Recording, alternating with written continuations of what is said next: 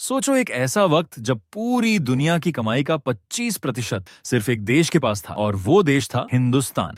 मुगल बादशाहों के जमाने में। ये कोई कहानी नहीं है, ये कोई दास्तान नहीं है, ये वो सच है जो आज भी इतिहास की किताबों में दबा पड़ा है। और आज हम उस सच को खंगालेंगे, एक एक परत उठाएंगे और जानेंगे कि आखिर यह अमीरी कहां से आई थी, क्यों आई और फिर एक दिन आई कैसे चली गई। साल था 1600। यूरोप के लोग अभी भी छोटी छोटी रियासतों में लड़ रहे थे। इंग्लैंड में लोग भीख मांग रहे थे। फ्रांस का हाल बुरा था और उस वक्त समंदर पार एक ऐसा बादशाह अपनी मसनद पर बैठा था जिसके कदमों में सोने की नालियां बिछी थीं, जिसके महल में इतना माल था कि उसे गिनने के लिए पूरी उम्र लगी जाती। शाहजहां, मुगल सल्तनत का 5वां बादशाह, वो आदमी जिसने ताजमहल बनाया, वो आदमी जिसने लाल किला बनाया, वो आदमी जिसने तख्त ए तौस यानी मोर सिंहासन बनाया।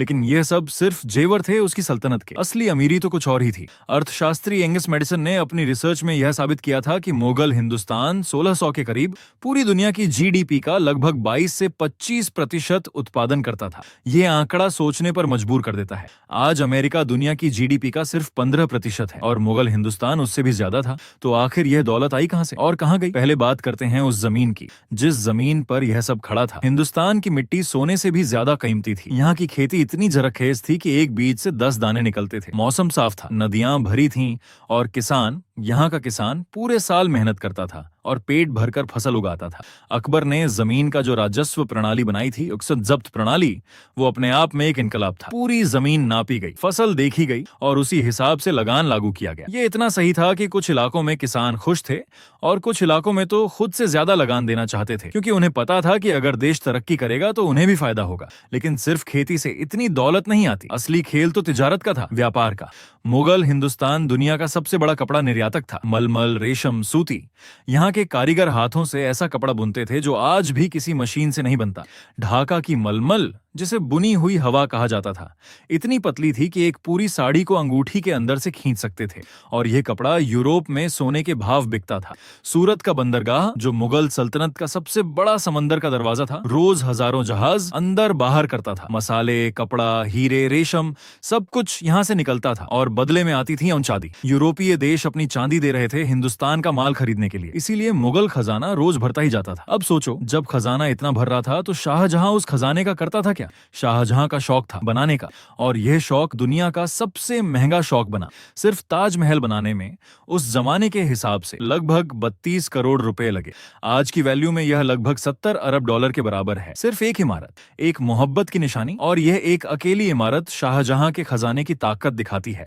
लेकिन तख्त ए तौस की बात करते हैं, मोर सिंहासन। यह तख्त जो शाहजहां ने खुद डिजाइन करवाया था, उसमें इतना सोना लगाया गया था कि आंखें फटती थीं। उसमें कोहिनूर था, उसमें तैमूर रूबी था, उसमें हजारों हीरे, पन्ने, माणिक थे।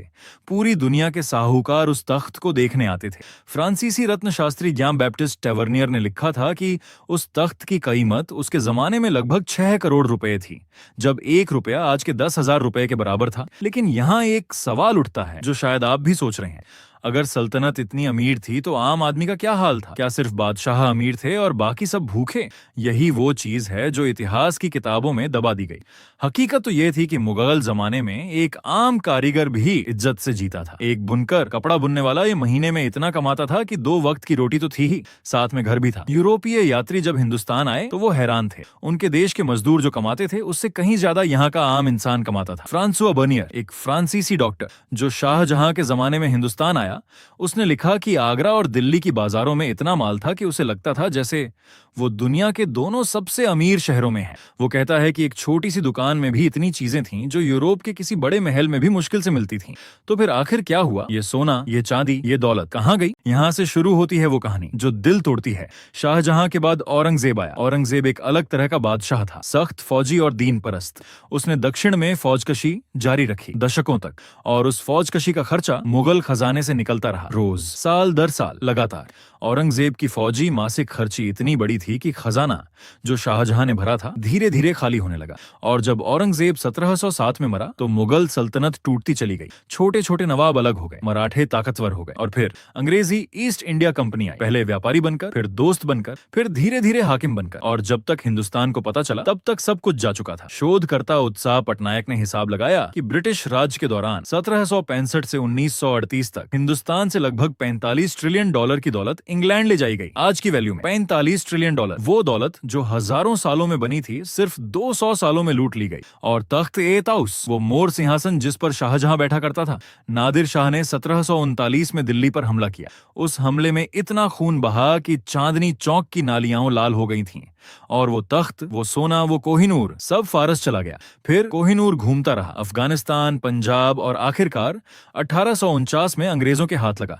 आज वो लंदन के टॉवर ऑफ लंदन में रखा है, शीशे के पीछे। दुनिया देखती है उसे एक म्यूजियम की चीज की तरह, लेकिन वो सिर्फ एक हीरा नहीं है, वो एक पूरी सभ्यता की याद है। एक ऐसी सभ्यता जिसने दुनिया को वो दिया जो दुनिया याद रखेगी। ताजमहल, लाल किला, अदब, तहजीब और वो अमीरी जो कभी इंसानी इतिहास में दोबारा नहीं आई। शाहजहां का खजाना सिर्फ सोना चांदी नहीं था, उसका असली खजाना था उसकी प्रजा की मेहनत, उसके कारीगरों की कलाकारी, उसकी जमीन की रौनक। वो सब मिलकर एक ऐसा निजाम बनाते थे जो दुनिया ने पहले नहीं देखा था और शायद दोबारा नहीं देखेगा। आज जब हम ताजमहल को देखते हैं तो सिर्फ एक इमारत नहीं देखते, हम देखते हैं उस जमाने की परछाई को, जब ये मुल्क दुनिया का सिरहाना था, जब यहाँ की मिट्टी में सोना था, यहाँ के हाथों में हुनर था और यहाँ के बादशाह के दिल में वो मोहब्बत थी जो आज भी पत्थर में जिंदा है। सोचना यह है कि अगर वो दौलत आज भी होती तो क्या यह दुनिया कुछ अलग होती।